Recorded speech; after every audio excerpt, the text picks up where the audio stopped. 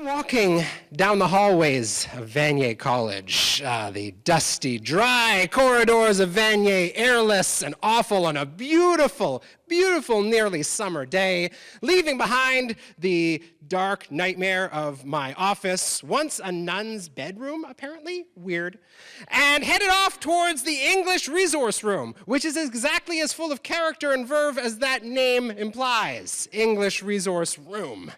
And I am walking there now because I am about to take part in a protest against Bill 96. And before I go any further, I should acknowledge that despite the fact in this story I will be using some of the following sentences, as a teacher, as a professor at Vanier College, as a member of the Vanier College Teachers Association, and as a member of various organizations and regroupements, I do not speak for any of them. And any opinions I may accidentally let slip, or any versions of politics that come out of my mouth, they are my own, they are ill thought through, and they're not as articulate as they could be if we talk later, right?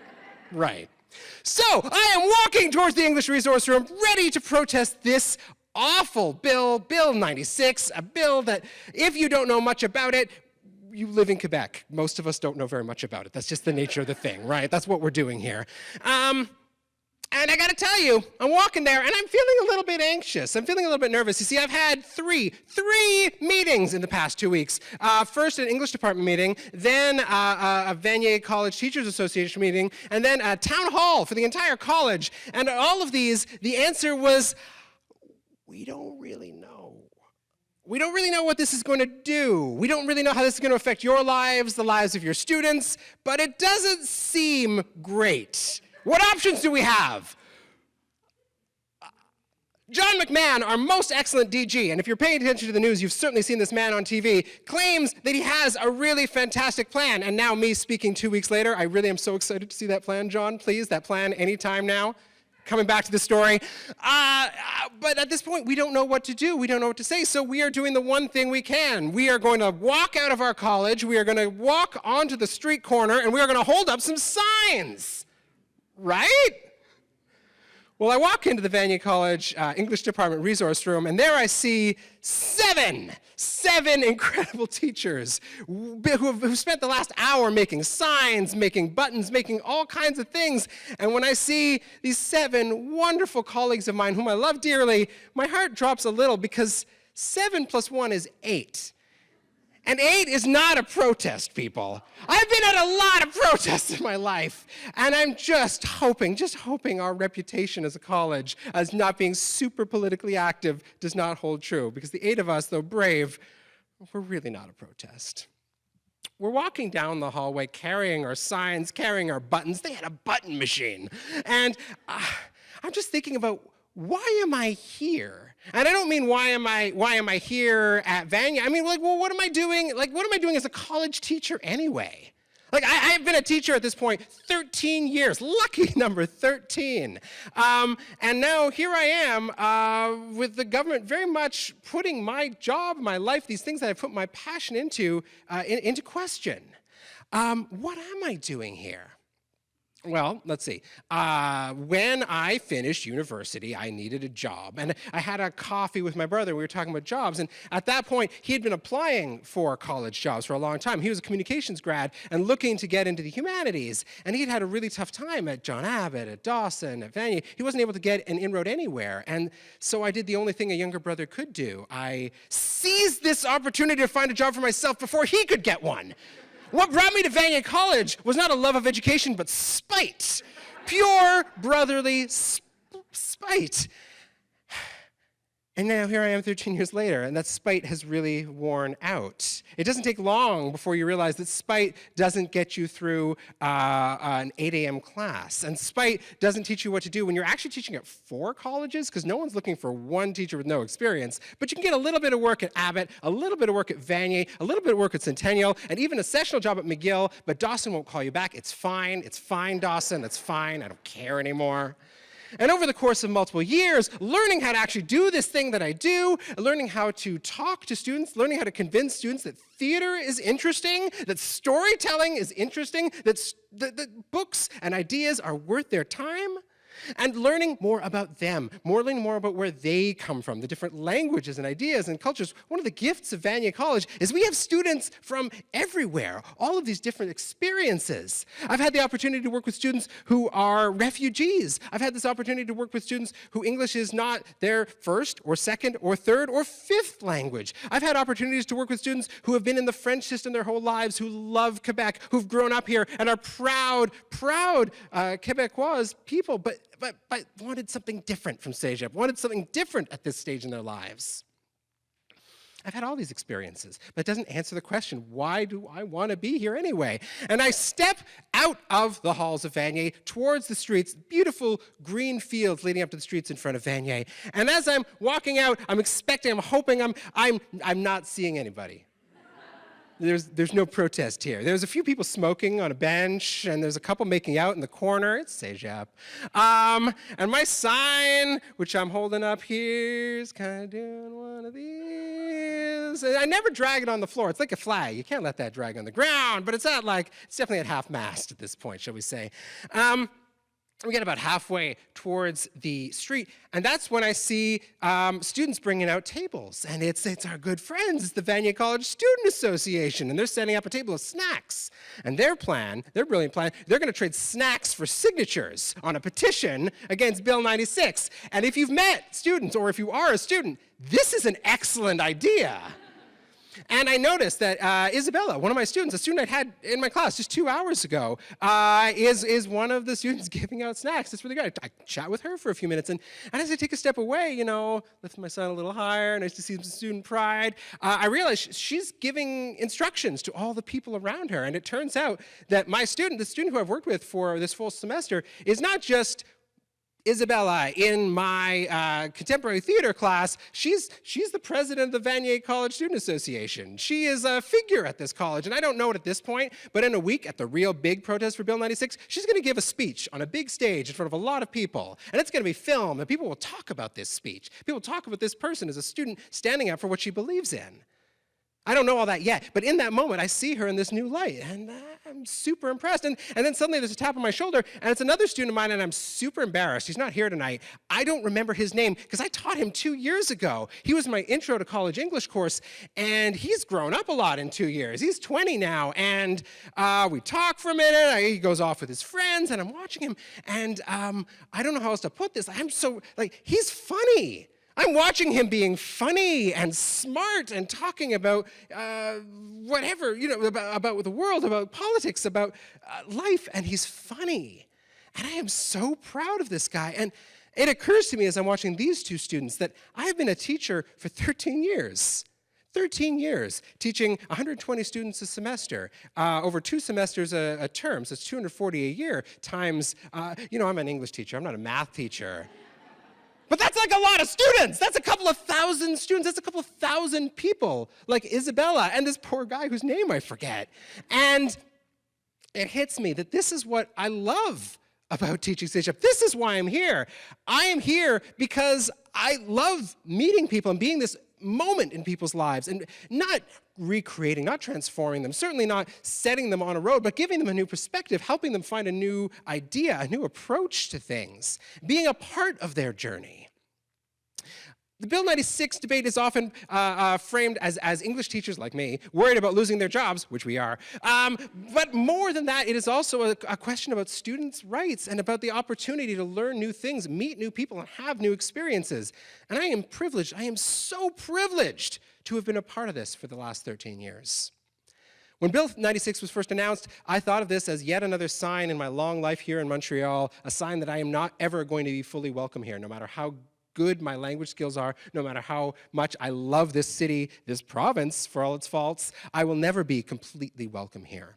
But being at this protest and seeing these protests in the weeks that followed, and even though this bill has passed just in the past couple of days, I have to say that a sign, a symbol, only means what we put into it. And what I put into it is that this has been a test, and this will continue to be a test, for why I think education is important, for why we as a community value education and opportunity and conversations like these ones. By the end of the hour of protest, more people do show up. It's not just 8 teachers and a couple of students. We get teachers from other departments. We even get a couple of French teachers. It's pretty cool. We do get people with different opinions and different perspectives and different stories. And that's exactly what I love about college. That's exactly what I love about CEGEP, and that's exactly what I love about this city and this community that we're part of. And even though we're not as big as the Dawson protest, and we're not as big as the citywide protest, that wouldn't make sense, we do hold up our little signs, and we do make people honk their horns as they drive by, and we do make something of a stand that day, and we'll continue to do so moving forward. Thank you. It's 3 a.m., the night before my wedding. I wake up suddenly. My mother is sleeping beside me, undisturbed by my sudden awakening. Friends and family have traveled near and far to be there with us on our special day. I thought to myself, this time tomorrow, I'm going to be married. Was this the pre-wedding jitters? Did the weight of this moment wake me from my slumber? I began to pace back and forth in the hotel lobby. Then I decided I needed to sit, get quiet, meditate until I calmed down. Then, when I was ready, I got back into bed with my mom, and I gave her a hug. I held her. I held her until we fell asleep. We didn't know it at the time, but it was that exact hour that my grandfather died. That exact moment that my mother lost her father. We didn't find out until the next morning. My grandfather was not well enough to travel to Montreal for our wedding, so he died alone in Toronto. My grandmother had left his side 24 hours before to be there on my special day. My grandmother and I, we had a soul connection. She was my oldest friend and my closest confidant. And it seemed fitting that we be together on that day that she lost her husband and I gained mine.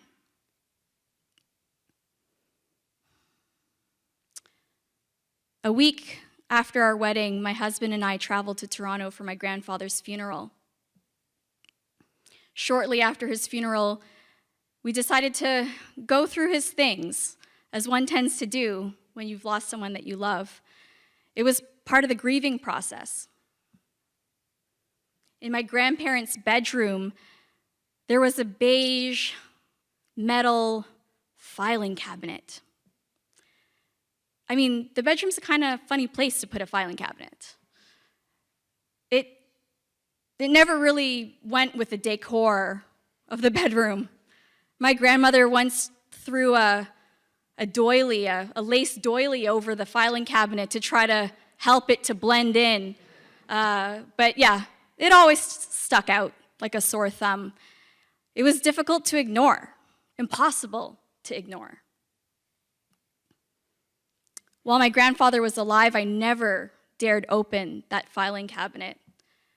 But now that he was gone, I was curious. What's inside the cabinet? What secrets lay within? So I walked over and I pulled open the top drawer. It made that noise, metal on metal, just creaked right open. And inside there were folders. Folders with my grandfather's distinct handwriting. My grandfather, he loved a Sharpie. And he would label everything. And so each and every one of those folders had my grandfather's writing in cap lock, labeled every single one of those folders. I mean, none of it looked all that interesting. I assumed that there were legal documents, government documents in there. But buried deep underneath all those folders was a journal with a Mona Lisa on it, on the front and back cover, which was kind of an odd choice for my grandfather if you knew him. I mean, he loved history. He never cared much for art. So I was like, what's this? And I pulled the journal out of the filing cabinet. I opened it, and on the very first page, at the top of the page, it said, "The Life and Times of Benvenuto Gose." Was this his memoir? I thought. As I quickly read through the pages, I realized that this was not like any memoir I had read before.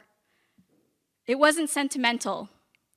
There were no memories, reflections on his life. Instead, there were facts, cold, hard facts. He listed key moments in his life and in the lives of his family members: births, baptisms, graduations, weddings, funerals, even our medical history. He wrote my blood type in this journal.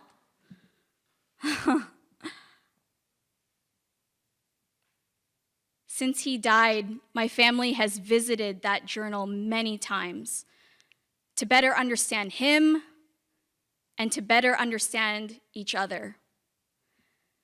This was not like any memoir I had read before. Oh no. This was a statement, proof that he existed, proof that he lived.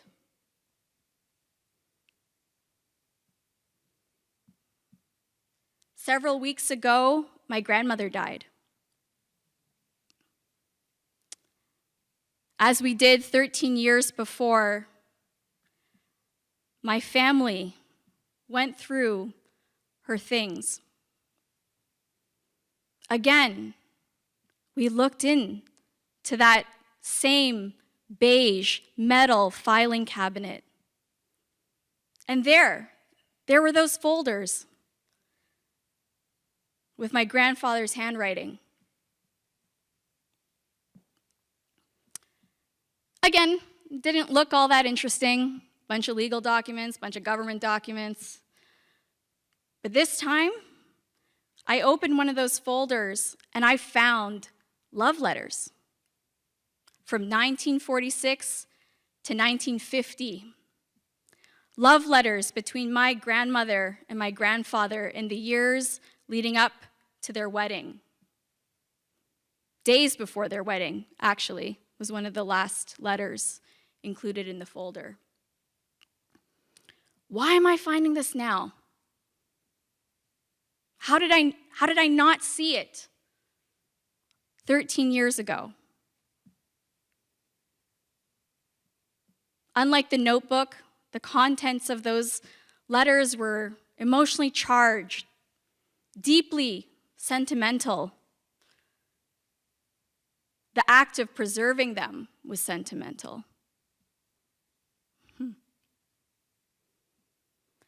My grandfather was our family archivist, my grandmother a storyteller.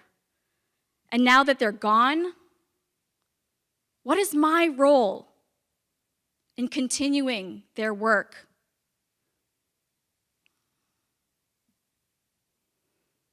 The love letters, the notebook, the photographs are my inheritance. How do I honor them?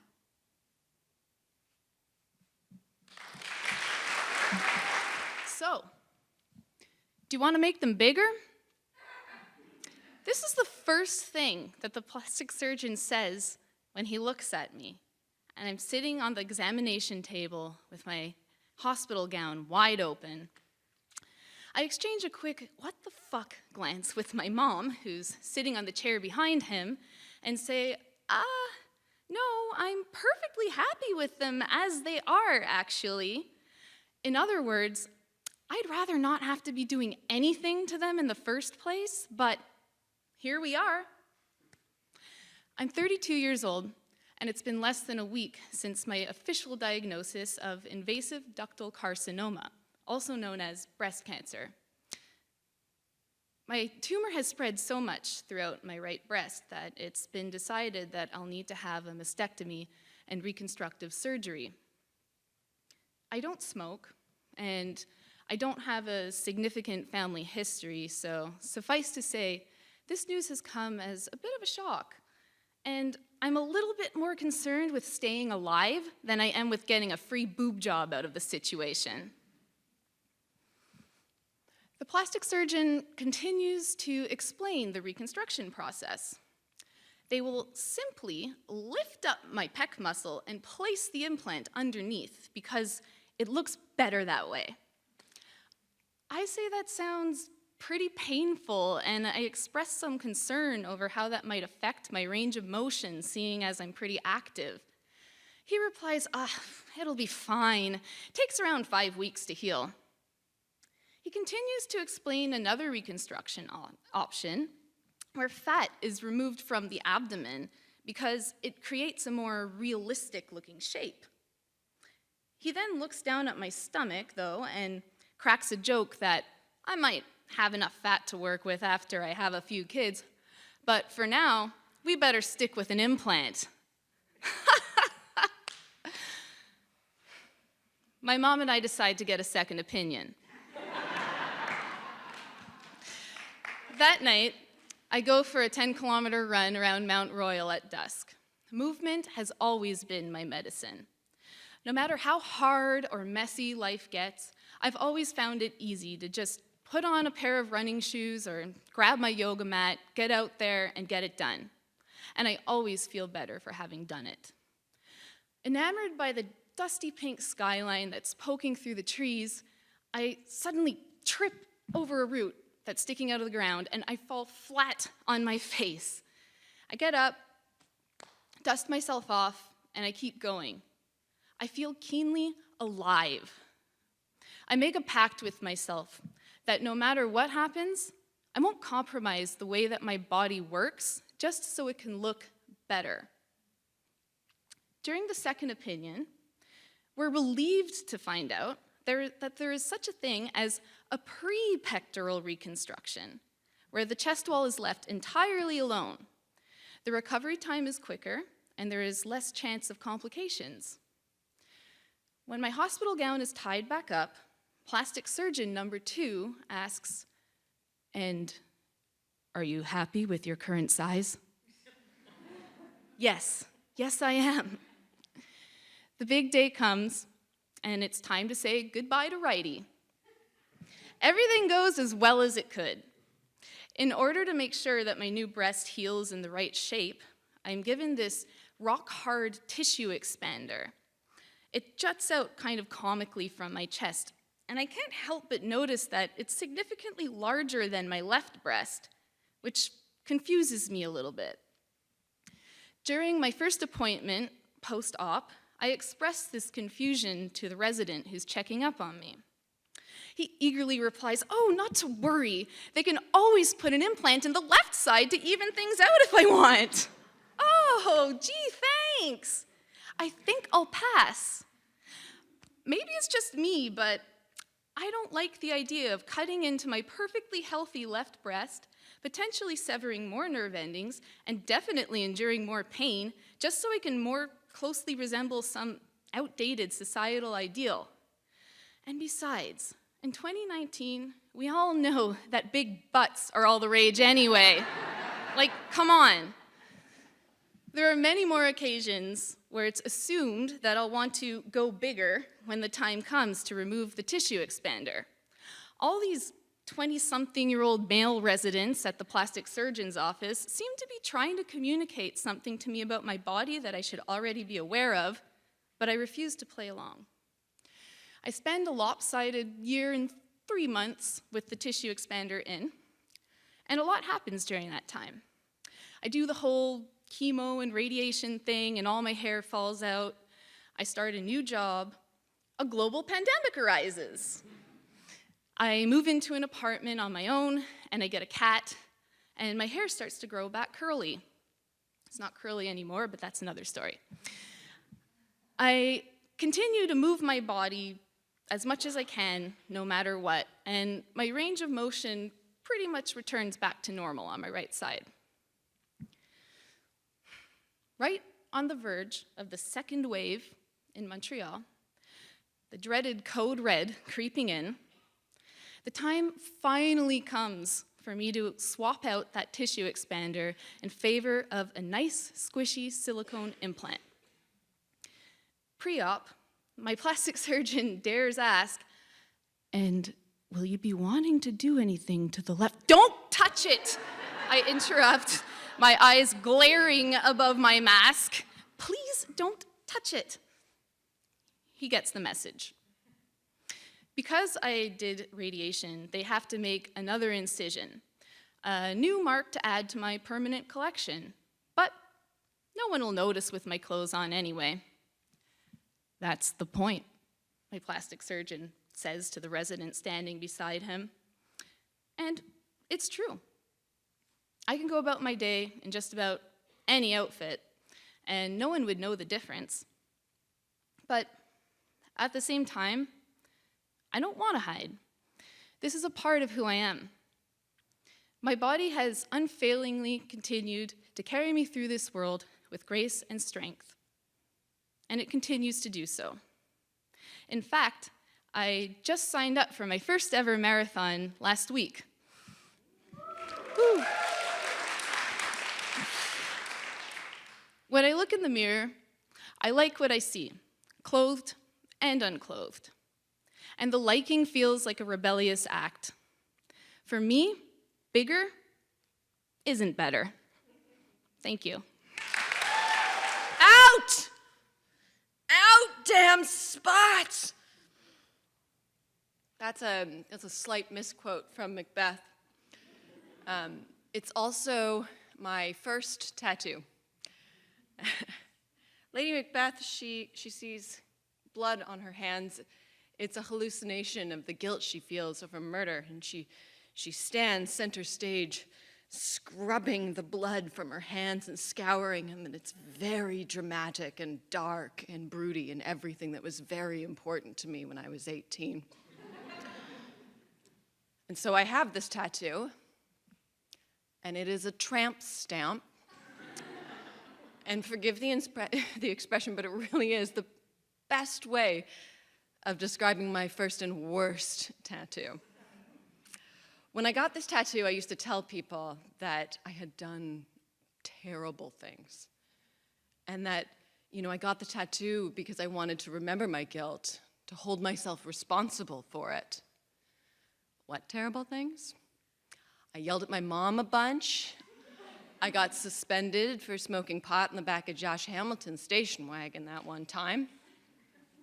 But I left that out because it's not important, because if I just told people that there were terrible things, then they would think that I was dark and broody and intellectual, which was very important at the time. So this is a story in 5 tattoos, and that was number 1. Number 2 is the Bob Marley tattoo. Here's the thing, you're probably not gonna like this. I don't like Bob Marley. I know a lot of people do, and that's wonderful for them, but it's not my thing. However, at the back of my neck are 4 words. Get up, stand up. Yeah, that's right. I don't know why they're there. And honestly, I don't remember getting this tattoo. I don't remember who did it. I don't remember why we did it. I don't remember any sort of, emotional resonance with the song Get Up, Stand Up. But, I must have let somebody use a needle to jab it into the back of my neck so that it would be there forever and ever and ever. But the story I would tell about it was that, so at the time, it was the early aughts, and I lived in Ottawa, and as you would know from recent events, Ottawa's a big protest town. And they're not always garbage protests. They're also, when George Bush came to town because he was launching this big Iraq war, we all went out, and we were really, really mad about it. And so I would tell people that this was a commemoration of my time on the front lines facing down riot police. And that's true, and it's very compelling, but it is not the reason why I got this tattoo. Those are different events, and I don't remember why, and that's that. Tattoo number 3, the sunflowers. I got these sunflowers on my back, and they are on a vine, which doesn't make any sense, because if you've seen a sunflower, it's very characteristic. It's on a stalk, it's not on a vine.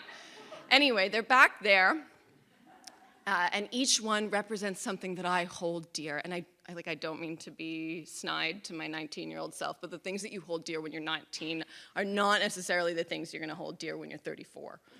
So, the first one, let's examine it. The first one is for the theater. Now, I do think that the theater is special. I do. I'm standing in one right now. I think that they're precious and they need to be cared for, and it's really important. But I haven't been to a play in 10 years, and I did not become the actor that I really, really wanted to be. I work in marketing. So yeah. The other one, another of the sunflowers, that's for Chloe. And Chloe's meaningful. Chloe was the first friend that I made when I moved to Ontario from Montreal. And she really did have an impact, and she did shape the person that I am today. But I haven't done much to maintain that friendship. And I don't know where in the world Chloe lives. That's a little sad. The sunflower in the middle, the biggest one, that's for my beliefs. What beliefs? I don't know, it didn't matter. We can leave those details out, because if you just tell people that you have a tattoo, that you will always get up and stand up for your beliefs, then it's gonna be really cool, and you're gonna be very intellectual and broody, and people are gonna like that. Tattoo number 4, the ones in my ears. Yeah, it's gross.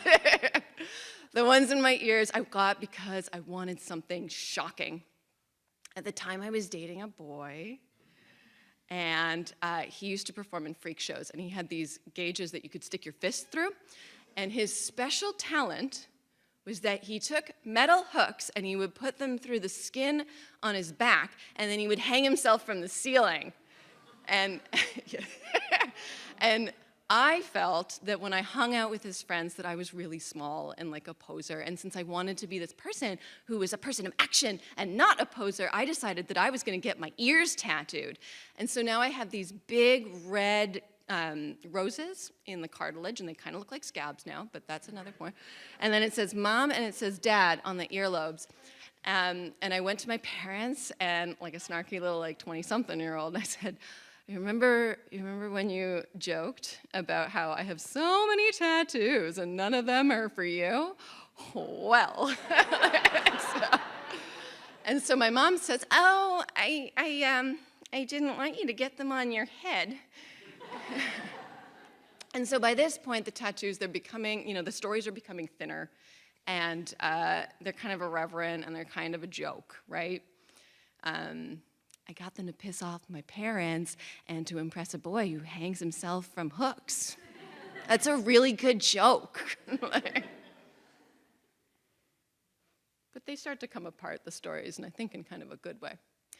So it's Montreal park season, and I'm out in the park. Gabe and Julia and Malia are there, and we're all drinking PBR in the grass, and we have a day off from the cafe that we work at in the plateau. And oh my gosh, this is the best day with the best friends. And what are we gonna do as Montrealers that are sort of high off their own leisure? Let's go get a tattoo. So Malia draws us all pictures, and she has a chair for herself, and a tic-tac-toe grid for Juliette, and a wine glass for Gabe, and I got a beet, and it's like the vegetable on my arm, and now it's there. And at the end of the day, we all have this really cute memento in the form of bandages on our arms and legs of just, a really nice day. And I know it sounds kind of stupid, but I really like this tattoo. Because the story behind it is really just, I had a really nice day. So I got a tattoo. It's been 10 years since I got a tattoo. I have 2 kids now, so the priorities have changed a little bit. I don't care so much about coming off as this dark and broody intellectual. I've let go a lot of the stories that I used to tell about the tattoos because they're just not that important. And I've even sort of let go of the regret I have about the bad ones because they're all part of me now, right? They're part of this story that I do have to tell about letting go of needing to tell like a definitive, broody story about yourself. I'm standing here right now confessing to you all that I used to tell bullpucky stories about myself because I just like who I am now, and it's not as important as to me, and I am very proud that I like the person I am, and it has nothing to do with dark and broodiness. I'm clear-eyed about who I am. I'm clear-eyed about the fact that things change and things fade, even tattoos. Thanks, Ethan. It's a hot, gorgeous Brazilian day.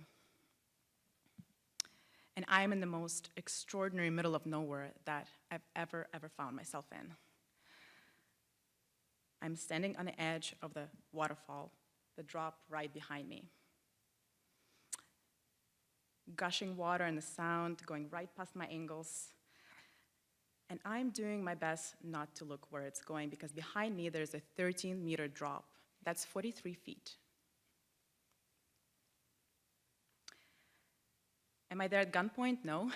I didn't lose a bet, but I am kind of questioning my sanity at this point. You see, life was much simpler just 30 minutes ago. I was traversing the jungle with my tracking buddy, Linda, who I just met a day ago. We're sweaty and proud and hot and exhausted, and we arrive to the gem of the island, the Sorcerer's Waterfall. Magical. And before we can even cool off in this gorgeous crystal clear pool that's at the bottom, at the base of the waterfall, there is a striking voice in English, which is a very big surprise, where we find ourselves in the middle of the gorgeous nowhere, that startles us. Who wants to go next? I look over, there's a young man, and he's pointing way, way upwards, sort of to the midway top of the waterfall. I squint, and there's a man hanging on a rope. Okay, he's not hanging, and he is right where the water is. He's rappelling. He's rappelling. Holy, wow. I've rock climbed before, well, indoors. This is so cool. And before I know it, I'm screaming, I want to go next. And I hear my voice, and the same moment that I hear my voice, there is this silence in my head, the kind of silence your mother would give you when you say or do something extremely stupid. And then the rush of her voice sort of floods my consciousness. What are you doing? You are not doing this. This is not a tour operator. You do not speak Portuguese. You have no insurance, lady. I was 20-something. I had no insurance. You're not doing this. If you're bleeding, who's going to be scraping you off? Do not do this. Now, the excitement that I had is very quickly extinguished from the fire hose of my mother that I know so well. All of this probably happened super fast because the next moment the young man is right beside me. Hi, I'm Yuri.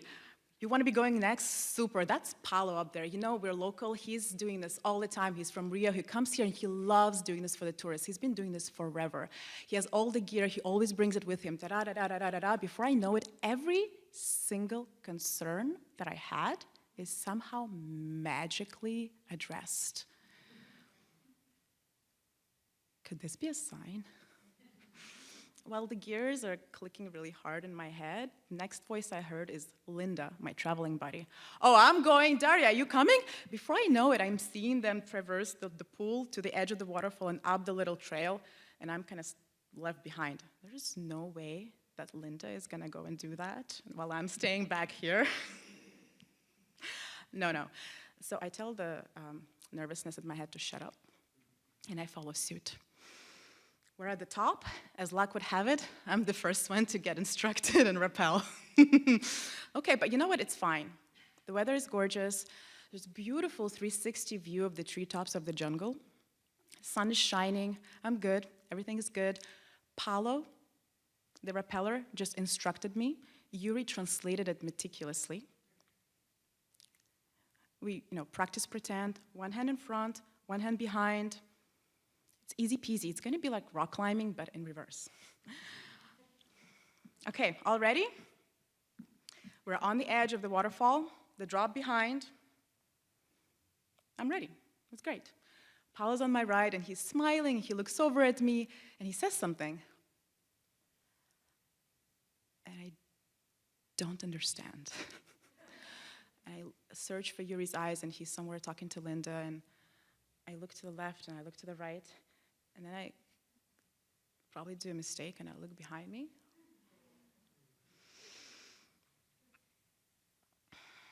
I don't understand what starts happening.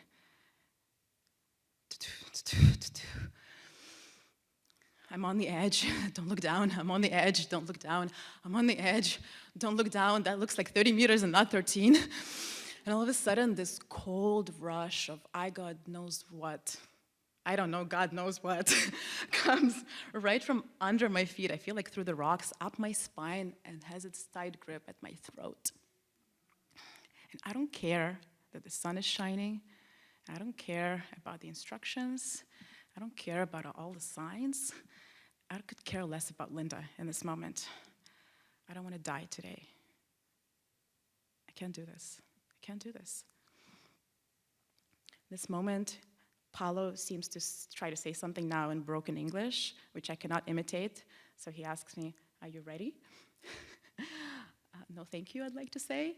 But instead, I kind of just mumble what I can. I cannot do this. He chooses not to hear me.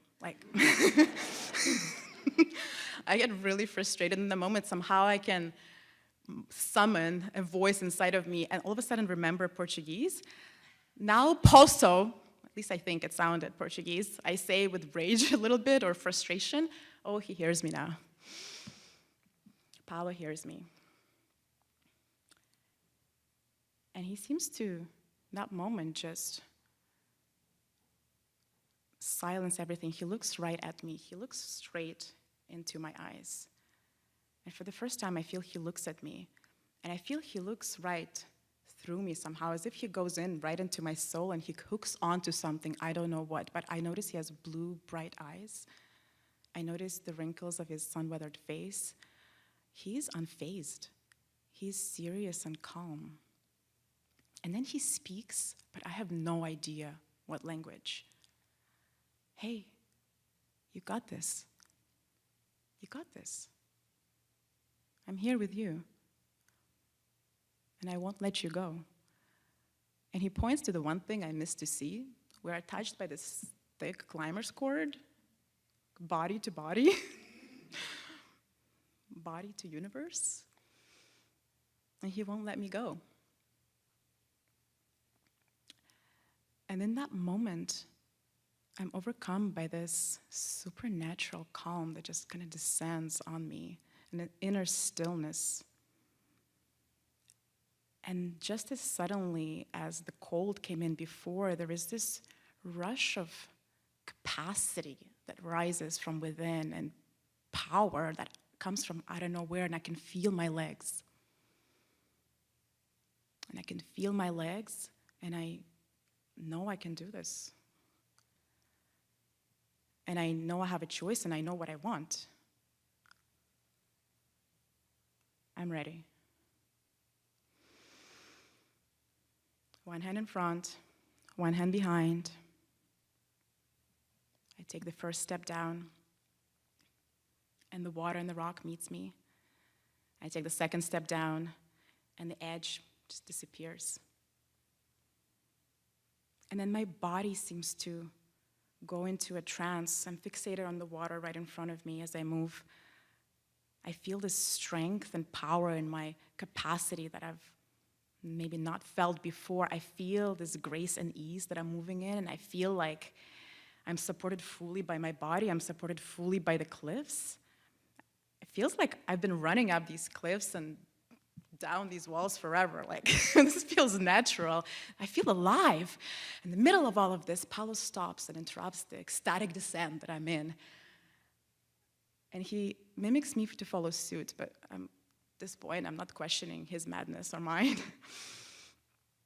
I pause, and he sort of leans in as we stop. He leans in into the water. I don't know if I lean in into this mic. He leans in and lets the water kind of cover his face. And so I do the same, very slowly, kind of in reverence. I do this. I lean forward, closer and closer, and I let the water just cascade over my head at this point. And further, and all of a sudden, the cold, smooth surface of the rock that I never saw before just meets me and gives me a kiss. And something explodes inside of me into a million pieces. I look over. I'm ready to dive right back in with the same hungry devotion and reverence I did before. This time, I'm going all in. Now water cascading from my head all the way to tippy toes. I'm in the current, in the wall of the waterfall. Time seems to stop and speed up all at the same time. Head to the rock. I feel like layers of sensations are opening up inside of my body. I feel everything. I feel the kiss. I feel the softness of the water and the sounds. I feel I'm being cleansed in every pore and cell in my body. I feel baptized. I feel like I'm quenching a thirst that I never knew I had.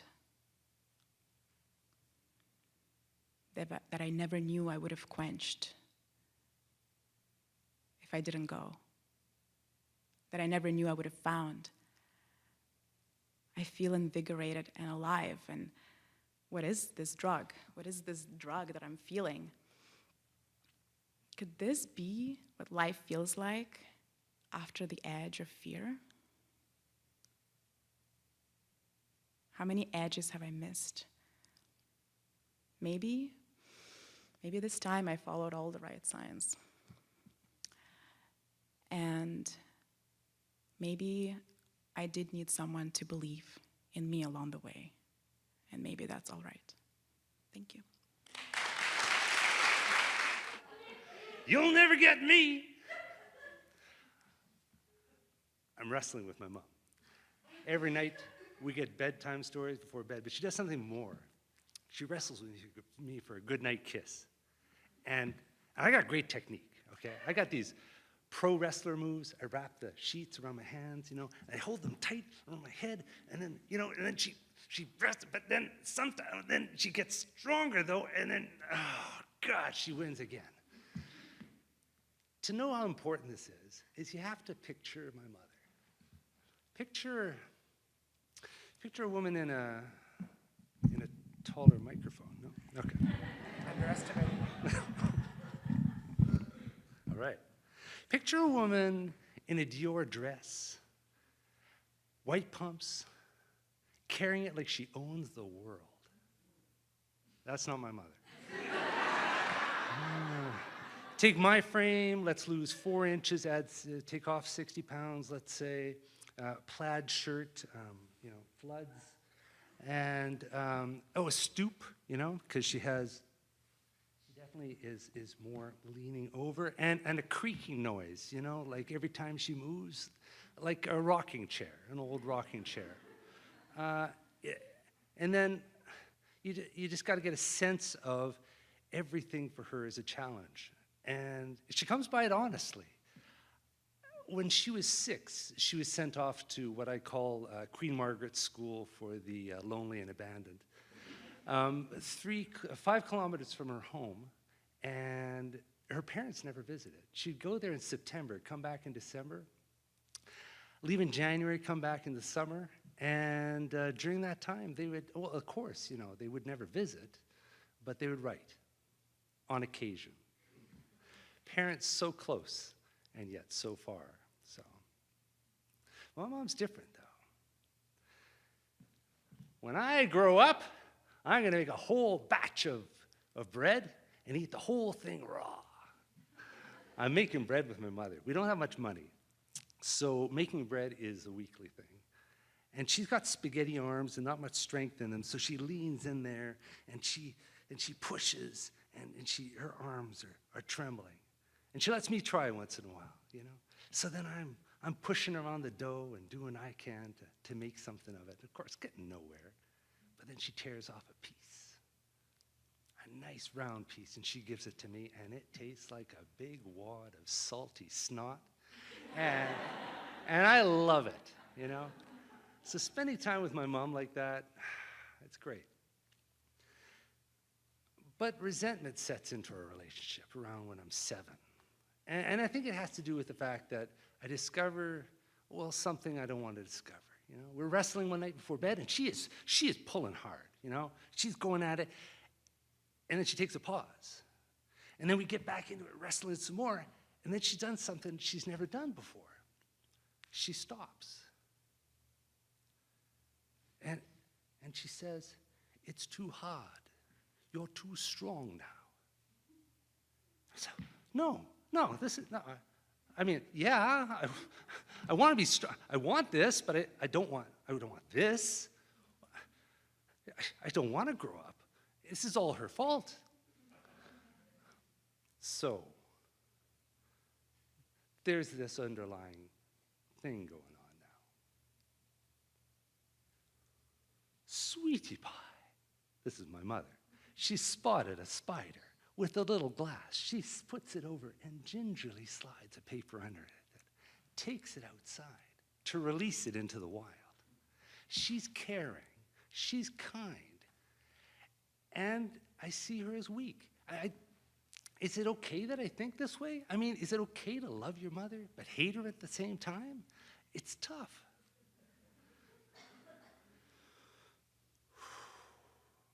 And then time stops.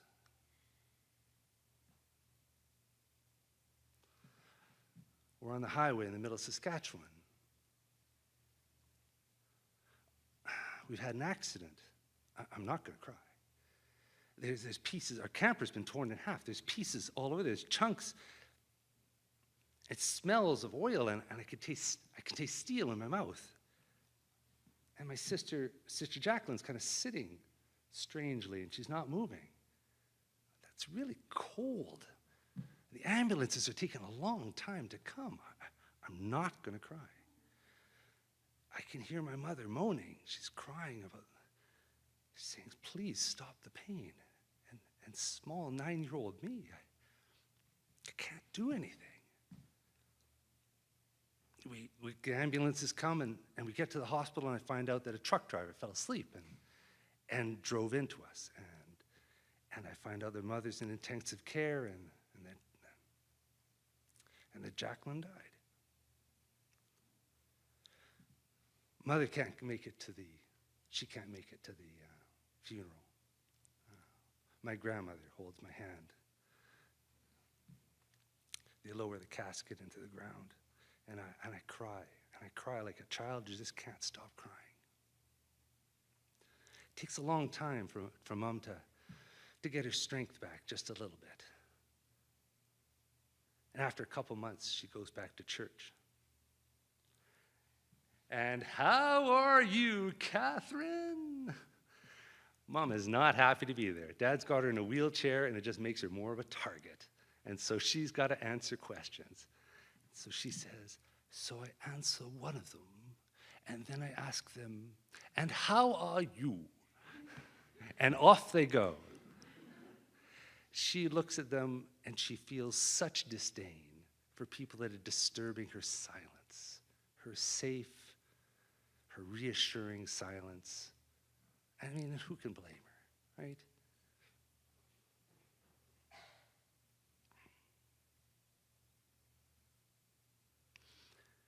And when she comes back, she gets her strength back gradually, but gradually, it's her resentment that settles in, and a bit of defeatism.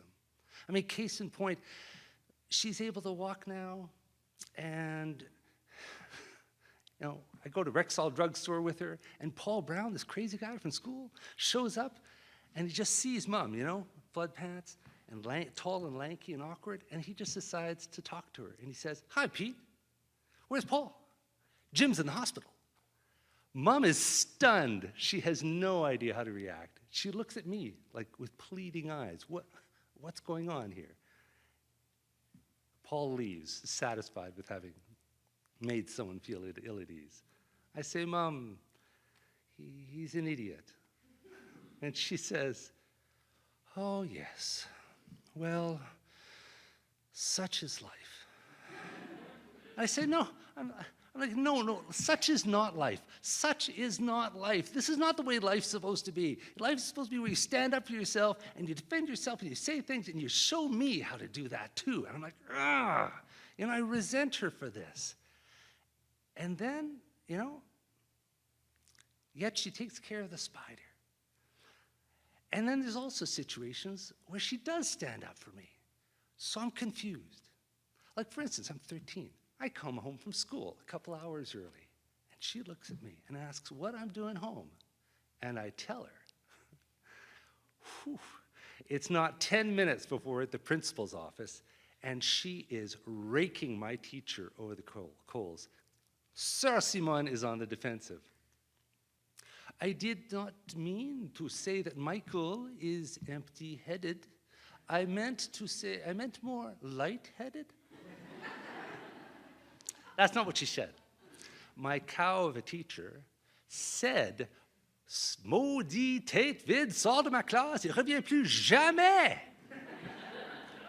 Translation, "You're ruining my life, you little turd. I'm a patient Catholic nun, and don't you forget it."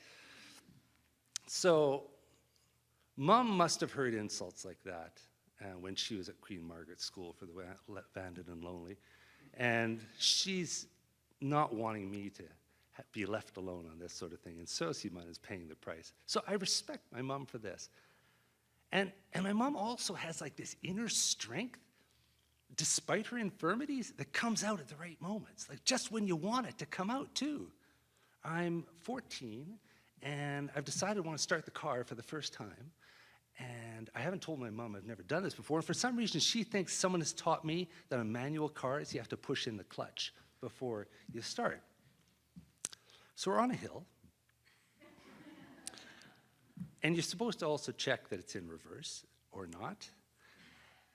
I turn the key and I give her gas. And we shoot down the hill. It's going to be 3 seconds till we hit the garage that's behind us. But in 2 seconds, my mother takes her left leg and puts it over the stick shift between my legs and jams on the brakes. She brings it back and says, "You have to push the clutch in when you turn the car." My mom.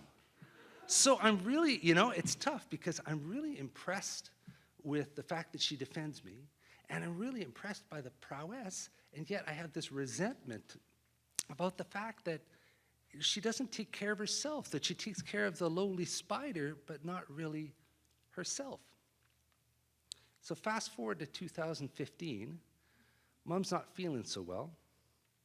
Ask what the doctor says. She says, "Hey, everything's fine." Find out, of course, she has 3 months to live, which turns out to be 4 weeks. And it just dawns on me to what extent that she's always put herself out there for others, but she doesn't put herself out there for herself, And I realize as well that I've wallowed too long in resentment. It's easy to wallow in resentment. But what's tougher is to put resentment aside and to stand up and say, let's look at the good things. Let's remember the strong things that have happened in our lives. The things that your mother taught you that really stick with you. And my mom she was actually pretty cool sometimes. She knew how to live in the moment sometimes. And you know, if I can think about those moments, that's when it's really worthwhile. Because sometimes I catch myself and I'm stuck in the wallowing, and I'm stuck in thinking about things that aren't going well. And that's not doing anything good. So I wouldn't give up all of my tomorrows for a single yesterday with one moment with her, but I sure would like to have one last moment with her and relive the moment, well, this one.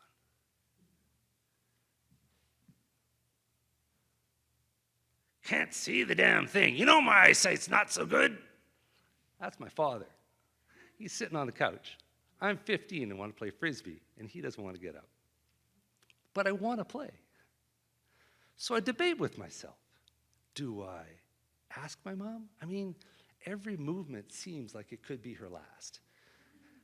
And when she's with her eyesight, you know, she takes off the glasses and she kind of like tries to see things when she's trying to read. So I don't think there's much hope.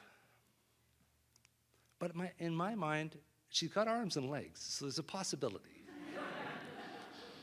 So I say, Mom, what do you say? Can we play Frisbee? And she says, well, we can't play catch, but we could play miss. And so we play miss.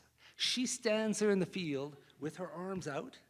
I throw the Frisbee, and she misses. And then she gets the Frisbee, and she throws it someplace where I'm not usually. And I miss, and it's fantastic. Sometimes the Frisbee flies right into her, bam! And she just laughs, and she just says, oh, well, you know? And we get such a good time out of it. And I think, what is this?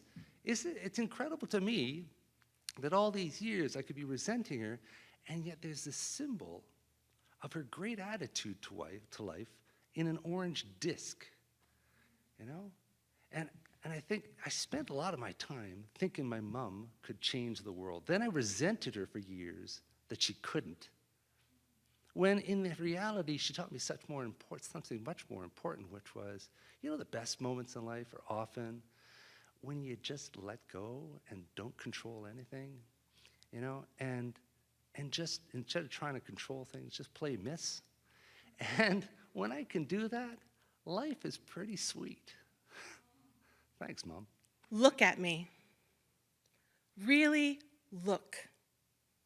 What's the first thing you see? Is it my curly hair, my smile, my kind eyes, or is it my fat body? It's okay. It's okay, you're forgiven. But what does my body signify to you? Laziness, gluttony, lack of willpower, desperately needs to go on a diet. I used to think all those things too. For more than 25 years, I believed those things about my body, about me, and I subjected it to traumatic restriction and inevitable binging, all in the pursuit of thinness. My body, this miraculous vessel that contains my very essence, represented an abject personal failure that was my fault, my responsibility, my choice. If only I tried hard enough, the weight would come off and stay off. Well, I'm here to tell you that I am proof. Proof that diets, what? Don't work. I've always been fat. And around age 18, I met the one, the longest lasting relationship of my life. Their name, Weight Watchers. You know, the program with the points and Oprah and the bread with the commercials. And you know, just sidebar, a croissant is like 20 points. And you only get like 24 in a day, so basically you're fucked. My weekly meetings with this new and exciting significant other take place in a dreary office basement building nastiness. Super romantic, right? I make sure to pee before going in because that 0.8 of an ounce, that's gonna make all the difference right there. So I go in and I stand in line and I am so nervous.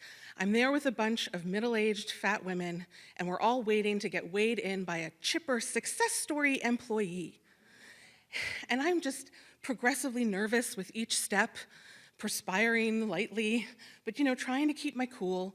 She weighs me, she writes down the dreaded number in a little paper booklet that you get to keep and bring back with you every week and carry around constantly, like this constant reminder of your corporeal existence. So week after week after week, I pee. I pee again. I pee sometimes a third time.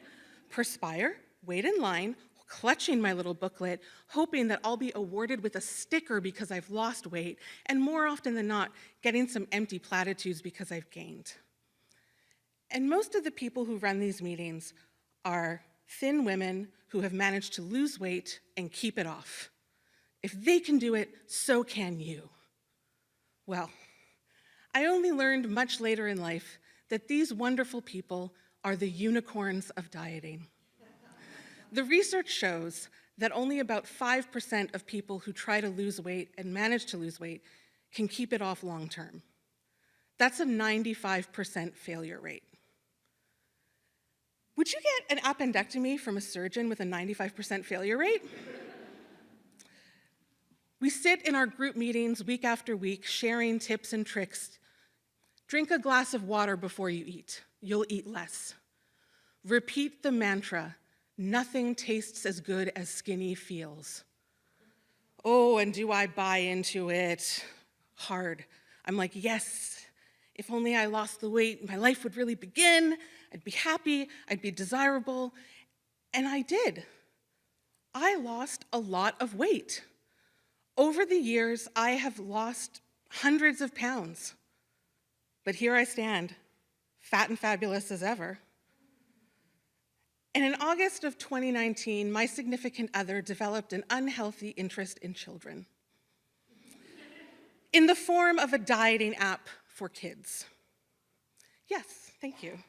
Just to reiterate that, a dieting app for children. Something in me breaks and I just lose my shit. Because I'm thinking, I would never subject a child to this. For example, my then 8-year-old nephew, who as far as I know has a very healthy and happy relationship with their body, I would never put them on such a program, so why am I putting myself through essentially the same thing? Where is my happy relationship with my body? Why do I insist on remaining in this toxic relationship with a partner who makes me feel bad about myself and denies me pastries? So I quit. For the last time, I vow. I go home, pick up my scale, fling open the closet door, and shove it all the way at the back. And I immerse myself in body positivity. And guess what happens? When I stop restricting and start eating what I want when I want, I gain some weight. And suddenly, I'm in a changing room and my pants won't fasten. And this is hardly the first time something like this has happened to me, but it really shatters me. So I revert back to the comfort of dieting, slinking back to my ex like just this tail between my chubby legs. I am doomed to remain in this cycle. I last about a month back on the program, because the truth is, once you see the writing on the wall, it's really hard to sit through those meetings and listen to all those platitudes. So I go home, I open the closet, I get my scale, and I throw it in the garbage. Around that time, I have a visit with my doctor. Now, I can't remember a medical appointment of any kind, be it with a GP, gynecologist, neurologist, once even a podiatrist, that didn't end with them telling me the best thing I can do for my health is to lose weight. I have been told to treat an ear infection with weight loss. Sore throat? Try losing some weight, fatty. So at this appointment, my doctor once again brings up the topic of weight loss surgery. And he paints a truly terrifying picture of my future if I don't lose the weight. Diabetes, heart disease, mobility issues, Guaranteed early death feels almost guaranteed. So of course, I accept the referral for weight loss surgery. And I go home and I cry myself to sleep for weeks. I mean, he's my doctor. He took an oath to do no harm, so this must be the only option for me. I try to rationalize it every which way I can. You know, it's a 2-year plus waiting list. I can always change my mind. I'm just gathering more information. And I continue to read everything I can about body positivity, which leads me to learn about the concept of fat liberation and fat justice. And there it was. I felt completely seen and understood. Something has changed within me. Something is not the same. A few weeks ago, my phone rings. Hi, we're calling from the bariatric surgery department. My heart plummets to the base of the very stomach that they want to amputate. And in the course of, I swear this must have been at most a 30-second phone call, I go on a journey. You know, on the one hand, it's true, my life would be so much easier if I were thinner for so many reasons. But on the other hand, the surgery is risky and notorious for complications and still not a guarantee of quote-unquote success. But on the other hand, clearly there is a thin diva living inside me who just wants to be free. But on the other hand, and then I stop. For one thing, I've run out of hands. But also I just realize, no. And I ask them politely to take me off the list. I hang up the phone and I breathe a sigh of relief. This is my choice for my body, and I am at peace with it. I can't escape the fat, so I might as well embrace the fat. How's that for a platitude? Now, we've all been through a pandemic. We've all gained some weight. And if you haven't, congratulations, you're a unicorn. And my favorite thing to do in the world is go to New York City and see Broadway shows. Basic maybe, but it's me. And I plan on going this November for my 40th birthday. And I'm not sure I'm gonna fit in the theater seats anymore. And that really sucks. Sorry, really does. And I remember I was even here at the Centaur a few months ago, and I fit in the seats. It's okay. I'm doing a little tally of all the theaters around Montreal, where I fit, where I don't fit. It's a really fun game. But it's always kind of a squished and bruised kind of a situation. But I realize now this isn't my fault.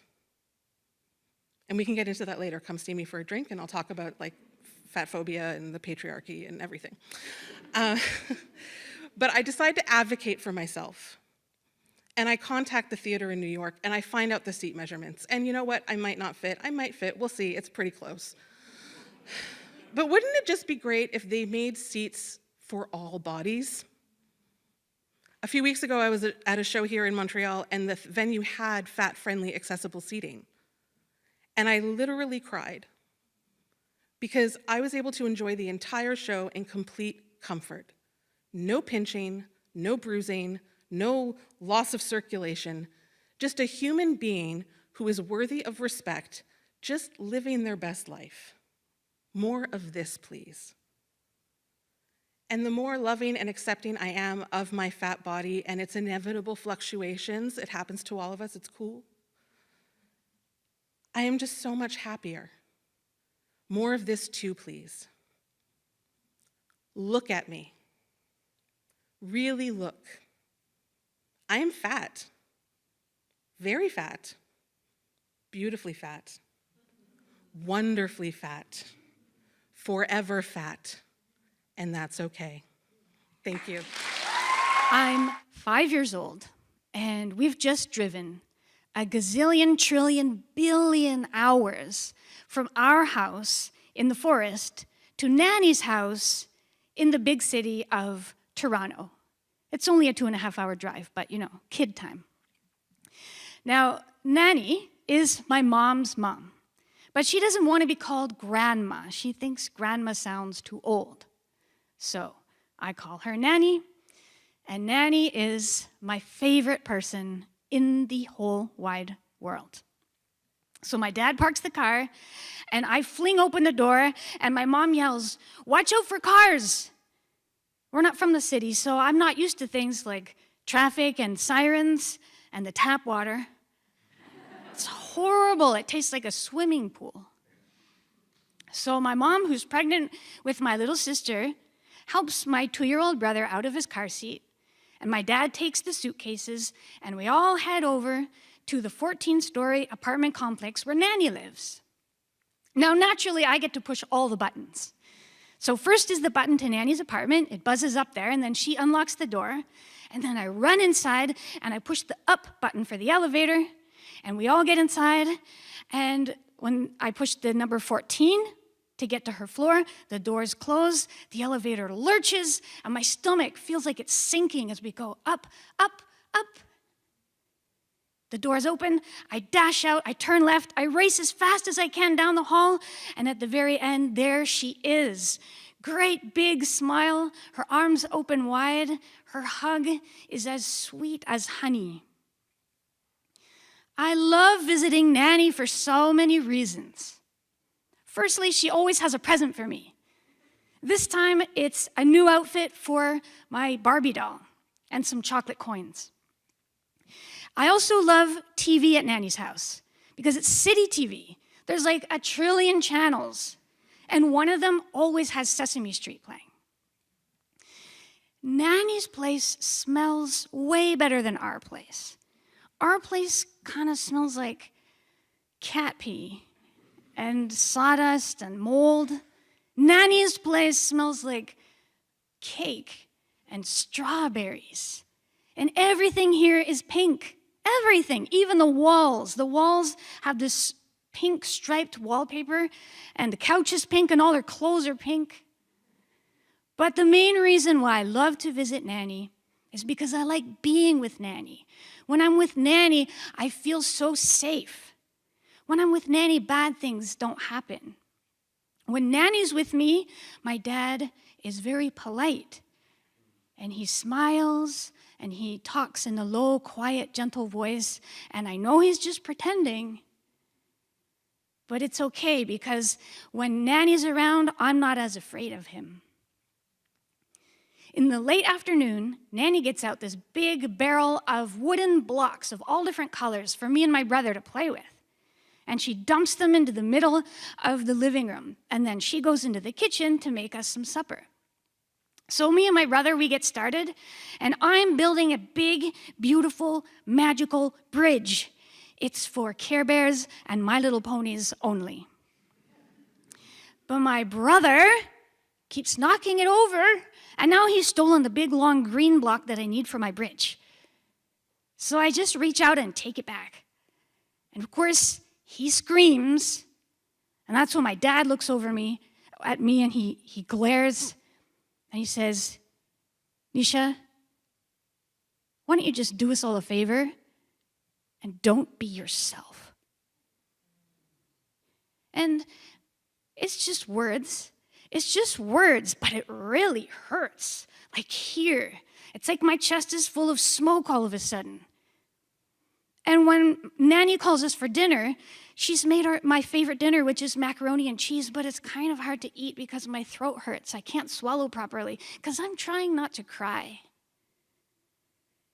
And later that night, I can hear the adults talking, but I can't get to sleep. And so I lie in bed, and when it's quiet, when the adults have all gone to bed, I sneak out and I go into Nanny's room. And I find her at her kitchen sink in the bathroom. She's wearing a long, flowing pink nightgown, and she's putting her pink false teeth into a glass of water. And she looks over and she sees me and she says, "Darling Nisha, you can't sleep?" And she takes me into the kitchen, we tiptoe, and she makes me this big warm milk, a mug of warm milk with honey in it to help me sleep. And she lets me sleep with her in her bed that night. And she's so warm and cozy. And I don't tell her about what my dad said because, well, I'm not sure if it's a thing to tell. I mean, it's just words. It's just words, and what if those words are true? So I don't tell her, but I cuddle in close, and she falls asleep, and I listen to her breathing, and it's long and steady with a little pop. When I'm 8 years old, Nanny announces that she's going to take me and my brother and sister for a week each at her cottage. So I get to spend an entire week alone with Nanny. And it is paradise. She takes me on a ride on this historical steamship thing. And we go to my favorite restaurant, McDonald's.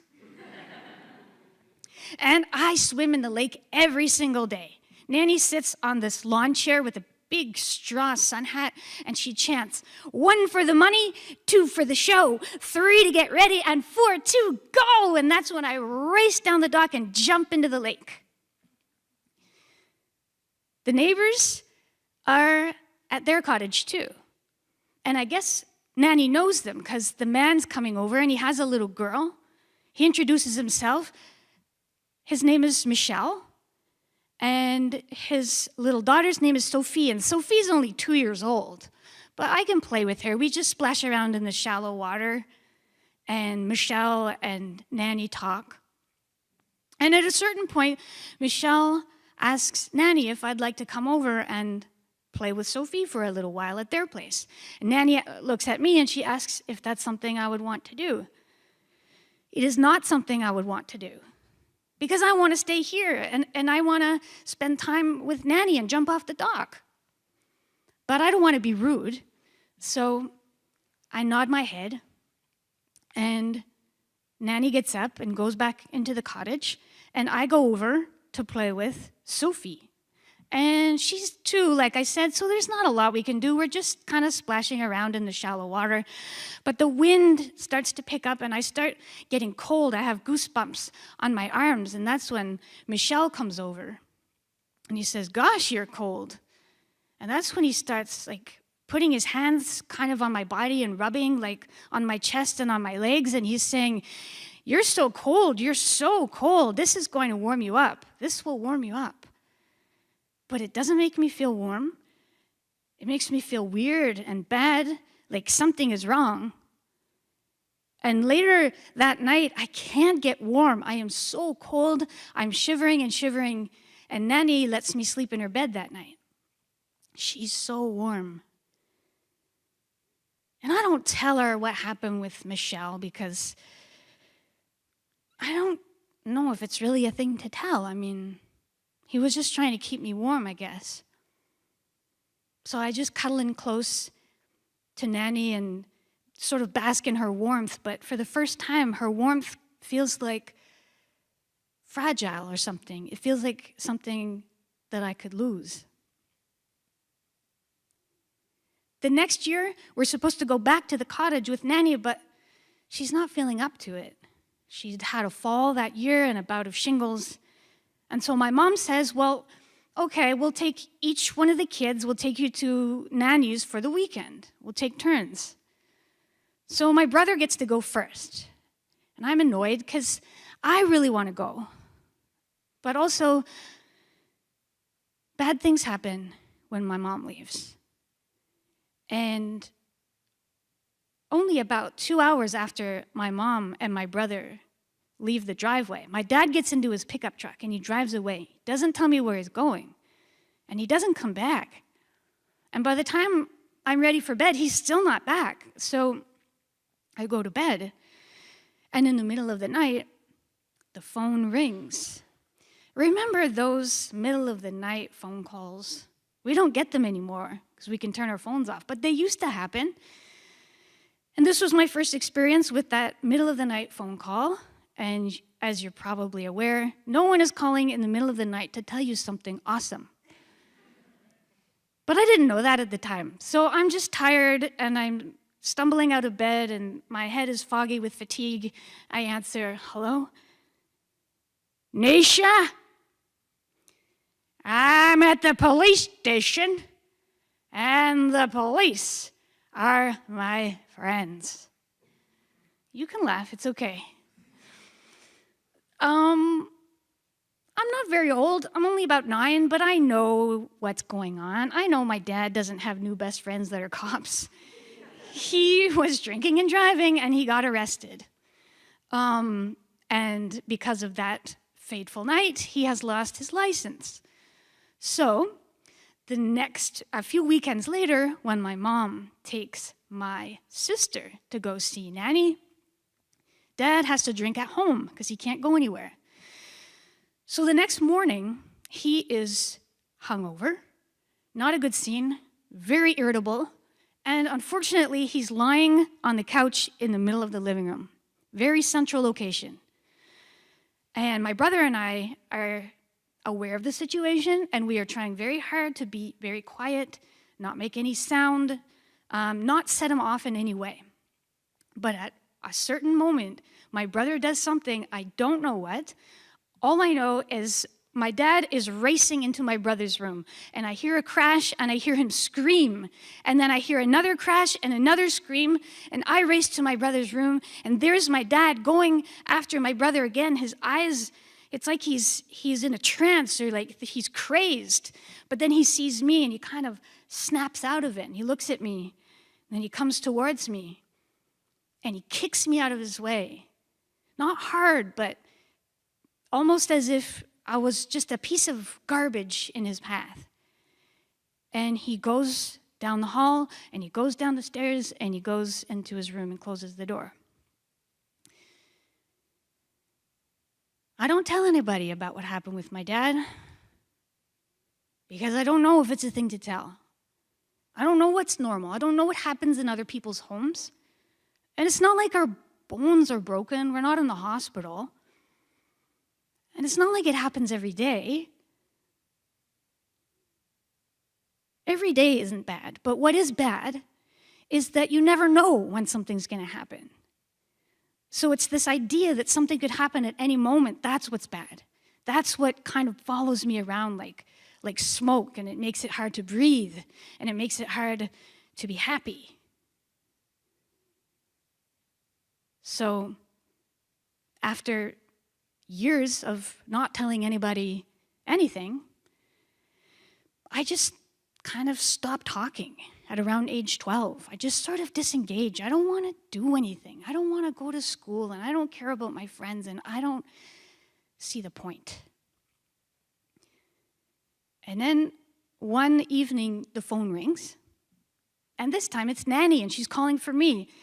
And I didn't tell her that I was in trouble. I didn't tell anybody, but somehow maybe she knows because she tells me, "Nisha, I've been thinking about you.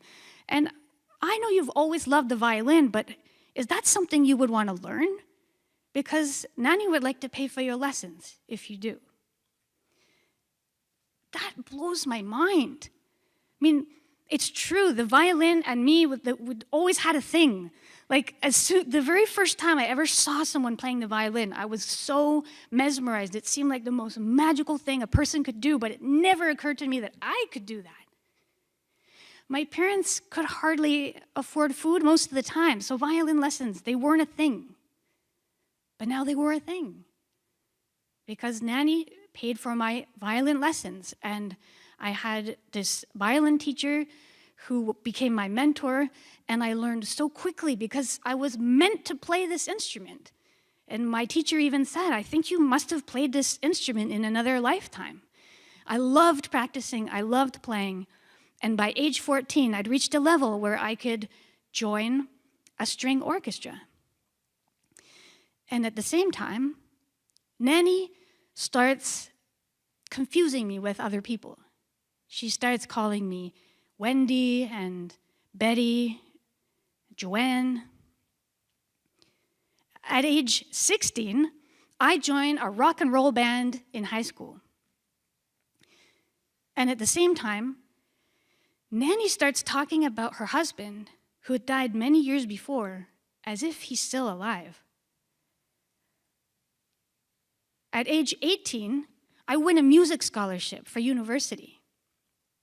And at the same time, Nanny moves into a nursing home so she can get the care that she needs that she can't give to herself anymore. And I go and visit her there. And I see that she's confined to a wheelchair.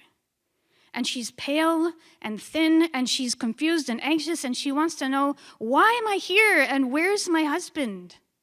When can I leave? Why? I want to go home.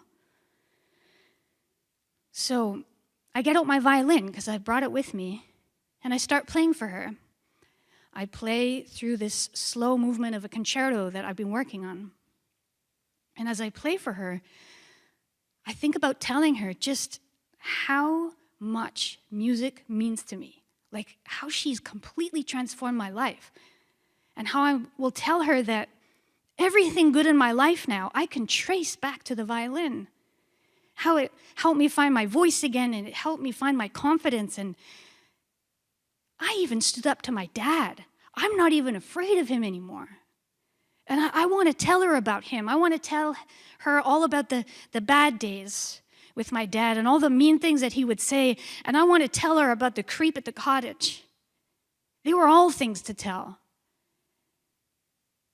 And when I finish the piece, Nanny looks at me and she smiles and she says, "Very nice, dear."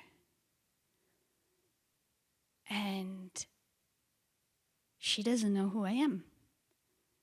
I'm just a random person playing the violin, and I will never be able to tell her all the things there were to tell. So, I'm telling you instead. And what I can say for certain is that last scene with Nanny in her nursing home is not at all the way that she would want me to remember her, or you. And it's not how I want you to remember her. So let's go back to the beginning. We get in the elevator. I push number 14.